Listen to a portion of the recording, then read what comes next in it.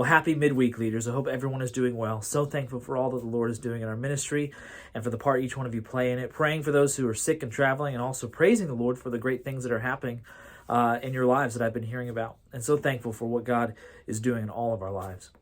Quick updates to kind of continue us, to push us through the middle of March and into April. First of all, this Sunday's lesson, we're looking at the book of Ezekiel. We're looking at a chapter near the end, chapter 47, where Ezekiel has a vision of this living water that flows out of the temple, and talking about God being the source of life. And this really alludes to the creation narrative, and then, of course, also Revelation alludes back to both in chapter 22, talking about the river of life flowing from the throne of the Lamb.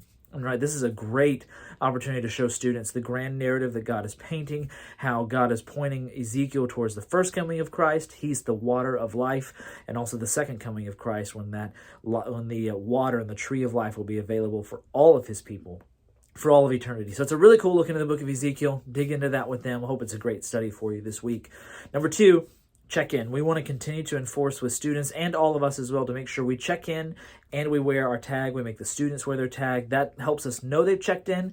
And we're really going to enforce on Wednesday and Sunday that they cannot get food unless they are wearing it. So if they come to the food table and they're not wearing their sticker, we're going to ask them, and they can't get food until they have it. This will help us on a number of levels with security. We also want to make sure that visitors are filling out that yellow card as completely and as legibly as possible.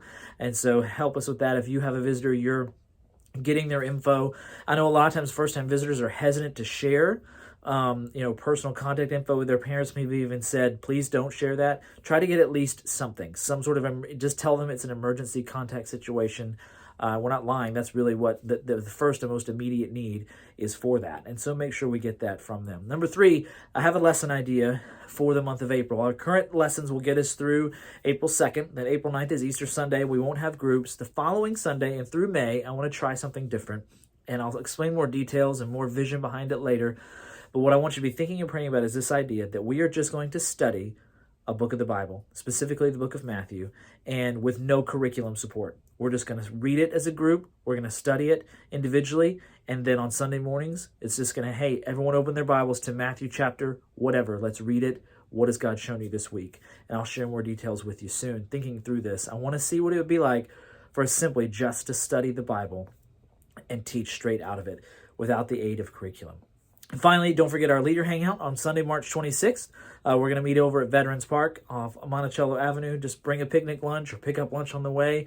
Just bring your family and just have a great time of hanging out and enjoying, hopefully, fingers crossed, some warmer weather and a sunny day. So hope you're all doing well. Praying for this week. We'll see you tonight, and we'll see you Sunday morning.